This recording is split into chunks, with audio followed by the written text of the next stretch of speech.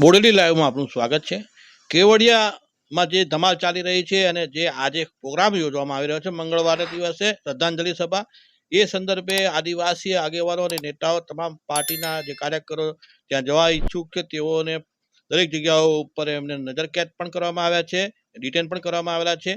રાધિકા રાઠવા, સુખરામ રાઠવા, છોટાઉદેપુર જિલ્લાના નેતાઓ એ સાથે બીજા પણ આગેવાનો છે તેઓને નજરકેદ કરવામાં આવેલા છે અને ડિટેન કરવામાં આવેલા છે। એ સાથે આ જે દ્રશ્ય નજર પડી રહ્યા છે દેવલિયા બાજુથી ગરડેશ્વર નર્મદા નદીના પુલ પહેલા સિરત ટ્રાઇબલ હોટલની અને નાયરા પેટ્રોલ પંપની બાજુમાં સમસ્ત તળવી સમાજની ઓફિસ પર કાર્યક્રમ યોજાયો હતો અને આગેવાનો દ્વારા જે પહેલ કરવામાં આવી હતી અને જે કાર્યકરો છે તળવી સમાજના અને એમના સાથીઓ એઓને કાર્યક્રમમાં પહોંચવા અને આ ઓફિસ પર જે કાર્યક્રમ છે ત્યાં આવવા માટે તે દરમિયાનમાં પોલીસ પણ ત્યાં પહોંચી અને પોલીસે શું એમની સાથે વાર્તાલાપ થયો, શું ચર્ચા છે તે પણ સાંભળો।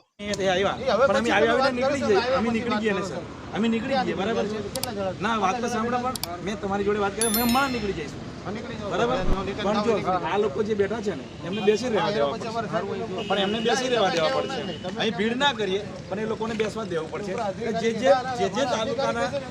જે તાલુકાના લોકો અહીં આવશે મળવા એ મળીને શ્રદ્ધાંજલિ કરી ફટાફટ નીકળી જશે। અમે ભીડ નહીં કરીએ તમારા નિયમોનું પાલન કરીશું આટલું કરીએ ને સર અમારે જવું જ છે પણ આ જવા નથી દેતા તો અમારો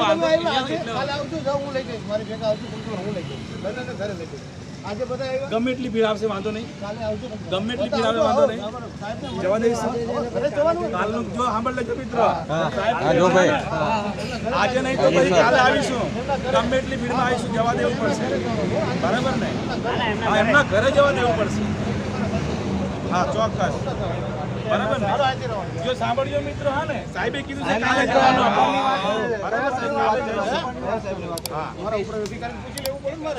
એવું કેવું ઉઠીને કોઈ આવું થોડી ચાલતું હોય ઘડી ઘડી થોડી તમે એને ઓળખો છો? હા તમે ઓળખો છો કોને? આદિવાસી સમાજના પરિવારમાં છે। અમે છે કવાંટથી આવ્યા, કેમ આવ્યા સાહેબ? અમારા પરિવારના છે।